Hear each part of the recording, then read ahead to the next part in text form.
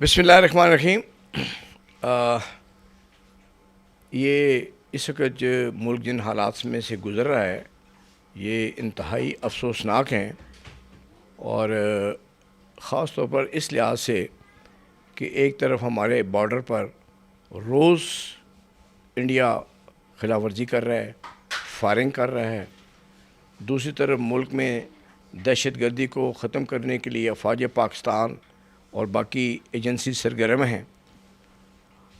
تو ان حالات میں ایک پولیٹیکل پارٹی جو بجائے اس کے کہ وہ پاکستان کو ان کرائسس میں نکالنے کے لیے حکومت کا ساتھ دے، پارلیمنٹ میں اپنا رول پلے کرے، اس نے سڑکوں پہ آنے کا فیصلہ کر لیا۔ جب تک وہ سڑکوں پہ آتے رہے، اور آج کی بات نہیں، یہ تقریباً 3 سال سے اسی طرح ہو رہا ہے کہ وہ سڑکوں پر آتے رہے اور حکومت نے خندہ پیشانی سے یہ سب کچھ برداشت کرتی رہی۔ وزیر اعظم پاکستان کو ان کے بھائی کو گالیاں ملتی رہیں، سرعام جو ہے وہ تضحیک کی جا رہی، لیکن انہوں نے اس کی کوئی پرواہ نہیں کی۔ لیکن اب جب وہ اس سٹیج پہ پہنچ چکے ہیں کہ انہوں نے یہ الٹیمیٹم دے دیا کہ ہم اسلام آباد کو بند کرنے کے لیے جا رہے ہیں، تو مجھے بتائیں کہ اسلام آباد کو بند کرنے کے لیے جب وہ آنا چاہتے ہیں تو نقصان کس کا ہوگا؟ اگر بچے اسکول نہیں جا سکیں گے، اسکول بند کر دیے جائیں گے، ہاسپٹلز بند ہوں گی، ہاسپٹل میں جو ہے وہ جو ڈاکٹرز نہیں پہنچ سکیں گے، علاج نہیں ہو سکیں گے، ایمبولینس نہیں چل سکیں گی، تو ان حالات میں جو ہے آپ بتائیں ملک کا کیا ہوگا؟ دکانیں بند ہو جائیں گی، دکانیں بند ہو جائیں گی، بزنس کمیونٹی جو ہے وہ پریشان ہوگی۔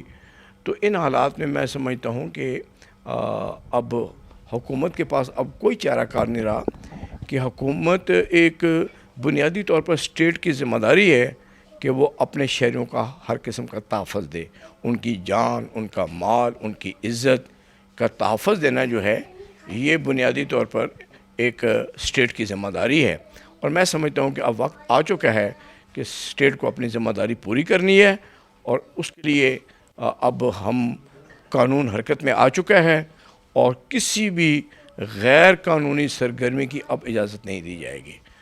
اب قانون بالا تر ہے، آئین بالا تر ہے، ملک میں اندر بسنے والے ہر شہری جو ہے وہ قانون کا پابند ہے، اور اب قانون کے ساتھ زیادہ مذاق کی اجازت نہیں دی جا سکتی۔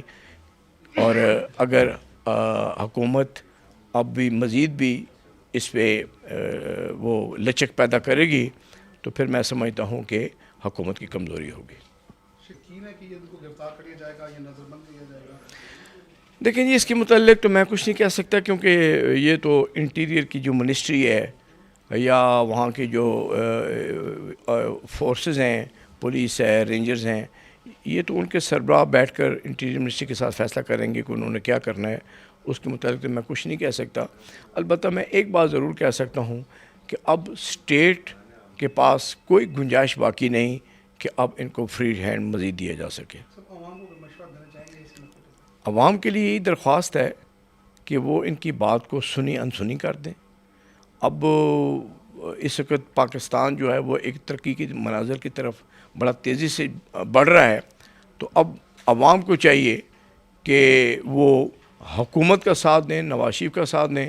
بجائے اس کے کہ ان لوگوں کا ساتھ دیں جو ملک کو تباہ کرنے پہ تلے ہوئے ہیں۔ تو میں تو عوام سے یہ اپیل ہوگی کہ آپ نواز شریف صاحب کا ساتھ دیں جو اس ملک کو بنانے جا رہے ہیں،